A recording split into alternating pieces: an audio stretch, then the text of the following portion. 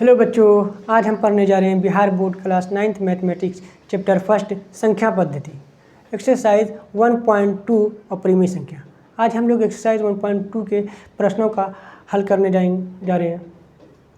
तो एक्सरसाइज 1.2 में पहला क्वेश्चन क्या कर रहा है, नीचे दिए गए कथन सत्य हैं या असत्य हैं, अपने कारण के साथ उत्तर दीजिए। तो पहला कथन क्या कह रहा है कि प्रत्येक परिमेय संख्या एक वास्तविक संख्या होती है। कथन फर्स्ट कह रहा है, पहला कथन कह रहा है कि प्रत्येक अपरिमेय संख्या जो है वो एक वास्तविक संख्या होती है। तो हम जानते हैं कि वास्तविक संख्या जो होती है, वास्तविक संख्या जो बना है हमारा वो दो संख्याओं से बना है। वास्तविक संख्या जो बना है वो दो संख्याओं से मिलकर बना है। एक परिमेय संख्या है। पहला संख्या क्या है, परिमेय संख्या, परिमेय संख्या, और दूसरा संख्या है अपरिमेय संख्या,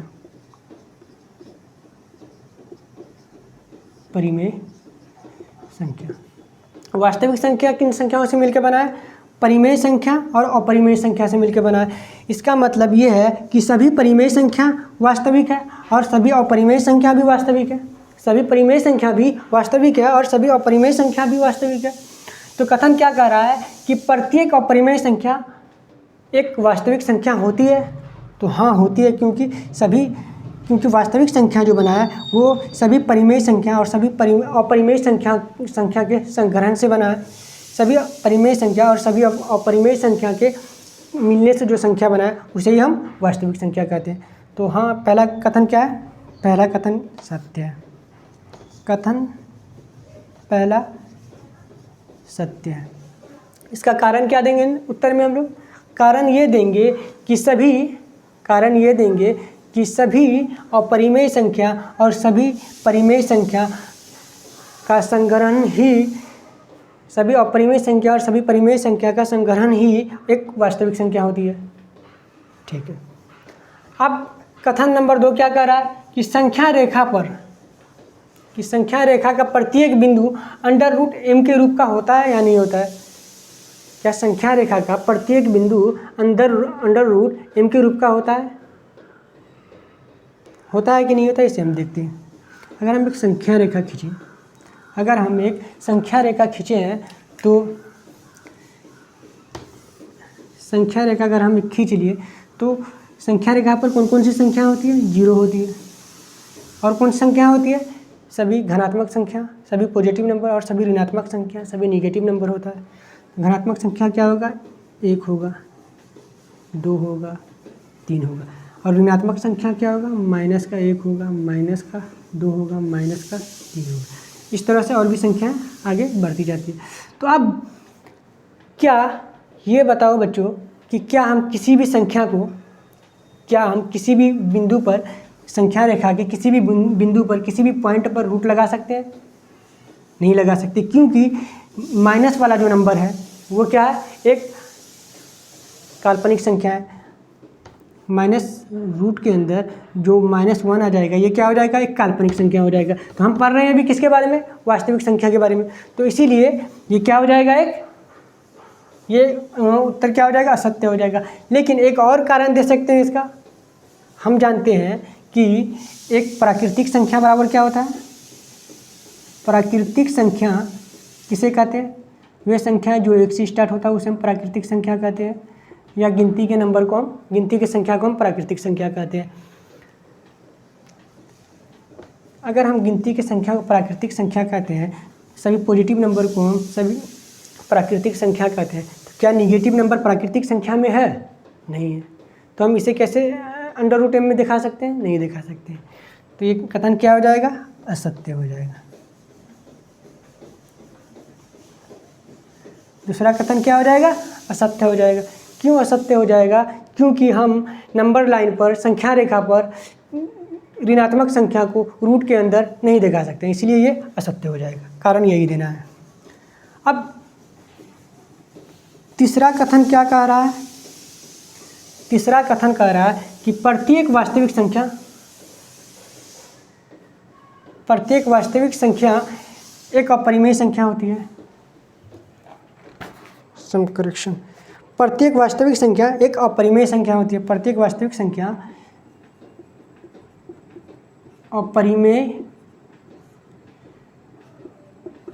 संख्या होती है, एक अपरिमेय संख्या होती है। तीसरा कथन कह रहा है कि प्रत्येक वास्तविक संख्या जो है वो एक अपरिमेय संख्या होती है। तो क्या सभी वास्तविक संख्या अपरिमेय हो सकता है? नहीं हो सकता है, क्योंकि वास्तविक संख्या का कुछ पार्ट क्या है? परिमेय है, और कुछ पार्ट अपरिमेय है। वास्तविक संख्या जो बना है वो परिमेय और अपरिमेय के मिलने से बना है। तो कैसे सभी वास्तविक संख्या कैसे अपरिमेय हो सकता है? नहीं होगा। जब वास्तविक संख्या बना ही है परिमेय और अपरिमेय के मिलने से, तो सभी वास्तविक संख्या अपरिमेय हो सकता है? नहीं हो सकता है, क्योंकि वास्तविक संख्या का कुछ पार्ट परिमेय है और कुछ पार्ट अपरिमेय है, इसलिए सभी वास्तविक संख्या अपरिमेय नहीं होगा। तो ये क्या हो जाएगा? असत्य हो जाएगा। ये क्या हो जाएगा? असत्य हो जाएगा। ठीक है। और कारण क्या देना है इसका? इसका कारण ये देना है कि वास्तविक संख्या जो बना है वो परिमेय और अपरिमेय के मिलने से बना है, इसीलिए सभी वास्तविक संख्याएं अपरिमेय संख्या नहीं हो सकती है। ठीक है स्टूडेंट, अब चलते हैं क्वेश्चन नंबर 2 की तरफ।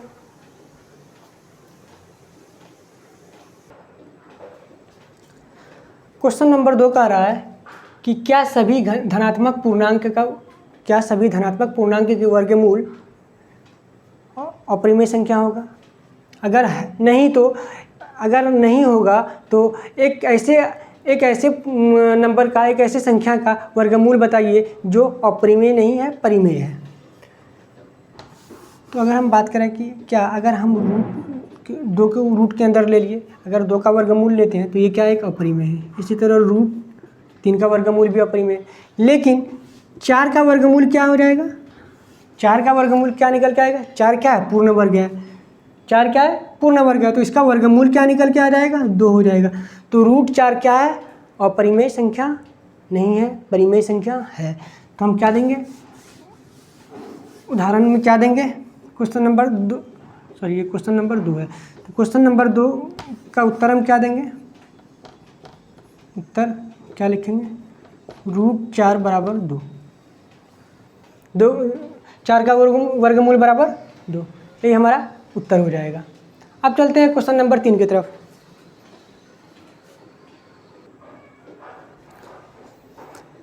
क्वेश्चन नंबर 3 कह रहा है कि दिखाइए कि संख्या रेखा पर रूट 5 को किस प्रकार निरूपित किया जा सकता है, किस प्रकार दिखाया जा सकता है। तो हम क्या करेंगे? सबसे पहले एक संख्या रेखा खींचेंगे। क्या किया? सबसे पहले हम एक संख्या रेखा खींचे और यहाँ पर बीच में हम कहीं जीरो ऑर्डिनेट ले लेंगे। ये हमारा क्या होता है? जीरो। और जीरो के लेफ्ट साइड में जो नंबर होता है, बाएं साइड जो नंबर होता है वो ऋणात्मक नंबर होता है, निगेटिव नंबर होता है, और दाहिने साइड जो नंबर होता है, आगे जो नंबर होता है वो धनात्मक नंबर होता है। तो हम यहाँ से यहाँ तक की दूरी क्या लेंगे? हमें क्या निकालना है? रूट 5 निकालना है। तो अगर हम बात कर रहे थे, लास्ट क्लास में हम पढ़ चुके हैं, इसके इंट्रोडक्शन क्लास में हम पढ़ चुके हैं, एक्सरसाइज 1.2 के इंट्रोडक्शन क्लास में हम क्या पढ़े हैं कि अगर हमें रूट n+1 चाहिए, अगर हमें रूट n+1 निकालना हो तो हमें क्या पता होना चाहिए? रूट n पता होना चाहिए। अगर हमें रूट 5 चाहिए तो हमें रूट 4 पता होना चाहिए। तो रूट 4 क्या होगा? 4 क्या है? एक पूर्ण वर्ग है। तो 4 का वर्गमूल निकल के क्या आ जाएगा? 4 का वर्गमूल निकल करके 2 आ जाएगा। तो हम क्या लेंगे? यहाँ से यहाँ तक की दूरी क्या लेंगे? 2 ले लेंगे। कितना ले लिए? 2 यूनिट ले लिए। ठीक है। अब जहाँ पे हमारा 2 यूनिट का दूरी आया है, जिस पॉइंट पे, जिस बिंदु पे, उसी बिंदु पर हम एक लंबे खींच लेंगे। एक लंबे खींच लेंगे। कितना यूनिट का लंबे खींचेंगे? 1 यूनिट का लंबे खींचेंगे। 1 यूनिट का लंबे खींच लिए। अब इस लंबे वाले पॉइंट को जीरो वाले पॉइंट से मिला देंगे। लंबे वाले बिंदु को हम जीरो वाले बिंदु से मिला दिए। तब ये क्या निकल के आ गया? ये निकल के आ गया एक त्रिभुज निकल के आ गया। तो अब हम इसमें क्या यूज़ करने वाले हैं? इसमें अब हम पाइथागोरस प्रमेय का यूज़ करने वाले हैं। तो पाइथागोरस प्रमेय क्या कहता है कि ये हमारा क्या है? परपेंडिकुलर क्या है? P बराबर क्या है? लंब है। ये हमारा क्या है? लंब है। और नीचे वाला क्या है? आधार है। तो आधार बराबर हम B मान लीजिए। और ये क्या है? हमारा कर्ण है। क्या है, कर्ण है। तो कर्ण बराबर हम क्या मान लिए, एच मान लिए, शॉर्ट फॉर्म में हम लिख लिए। तब हम इसका नेमिंग कर लेते हैं। इसे हम 0 मान लिए, इसे हम बी मान लिए और इसे हम क्या मान लेंगे, ए मान लिए। ठीक है, अब यहाँ से यहाँ तक की जो दूरी है उसे हम क्या कहेंगे, आधार कहेंगे। यहाँ से हमारा क्या फार्मूला निकल के आता है, पाइथागोरस परिमेय का क्या थ्योरम निकल के आता है कि कर्ण का स्क्वायर, कर्ण हमारा क्या है, एच, तो कर्ण का स्क्वायर बराबर लंबे का स्क्वायर, लंबे हमारा क्या है, पी स्क्वायर, प्लस आधार का स्क्वायर, आधार क्या है, बी है, तो बी स्क्वायर। अब हम लोग कुछ नहीं करेंगे, इसी परिमेय का यूज़, इसी थ्योरम का यूज़ हम किस में करेंगे, इस वाले क्वेश्चन में करने जा रहे हैं।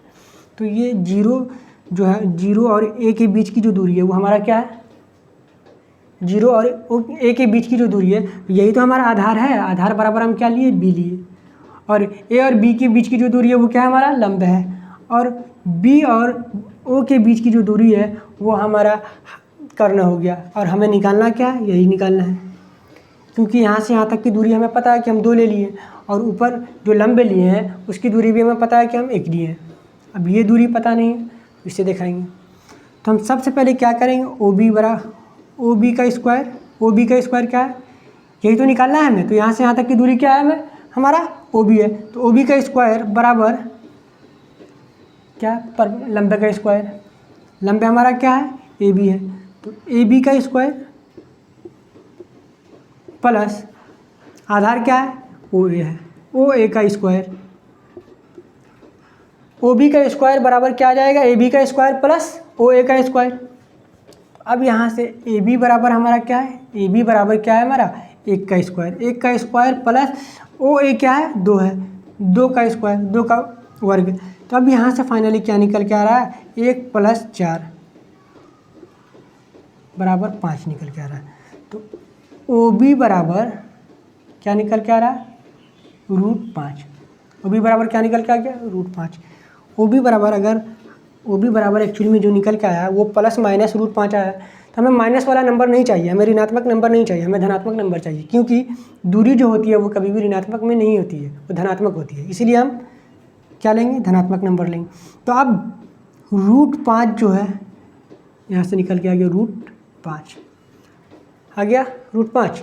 अब क्या करेंगे, ये यहाँ बी से ओ तक की जो दूरी है उसे हम क्या मान लिए, त्रिज्या मान लेंगे, इसे हम त्रिज्या मान लेंगे। और त्रिज्या मान करके एक यहाँ पे कंपास रखेंगे और यहाँ बी वाले पॉइंट पे पेंसिल रखेंगे और एक आर्क खींचेंगे, एक चाप खींच दिए। अब ये चाप जो खींचेंगे हम, ये संख्या रेखा के जिस भी पॉइंट पर, संख्या रेखा के जिस भी पॉइंट पर ये कट करेगा, जिस पॉइंट को ये संख्या रेखा के काटेगा वही क्या हो जाएगा, हमारा √5 हो जाएगा, यही √5 हो जाएगा। जैसे अगर हम इसे त्रिज्या मान लिए, इस वाले पॉइंट को हम त्रिज्या मान लिए, अगर यहाँ से यहाँ तक एक आर्क खींचे, एक चाप खींचे, तो क्या आ जाएगा, यहाँ से यहाँ तक की दूरी भी उतनी होगी, जितनी दूरी यहाँ से यहाँ तक की उतनी दूरी यहाँ से यहाँ तक की भी होगी। और सेम दूरी अगर इधर एक चाप खींच लिए इसी को त्रिज्या मान के, तो सेम दूरी यहाँ से यहाँ तक की भी होगी। अगर आगे खींचेंगे चाप तो सेम दूरी यहाँ से यहाँ तक की भी होगी। तो अगर ये हमारा √5 है तो यहाँ से हम एक चाप खींच लिए, तो ये नंबर संख्या रेखा पर जहाँ पे कट करेगा वहीं पे क्या आ गया, हमारा √5। तब हमें पता चल गया √5 क्या है। अगर किसी स्टूडेंट को एक्सरसाइज 1.2 के बारे में और भी डिटेल में पढ़ना हो तो इससे पहले का वीडियो जो है इंट्रोडक्शन क्लास का वीडियो, उसको जाके देख ली पहले।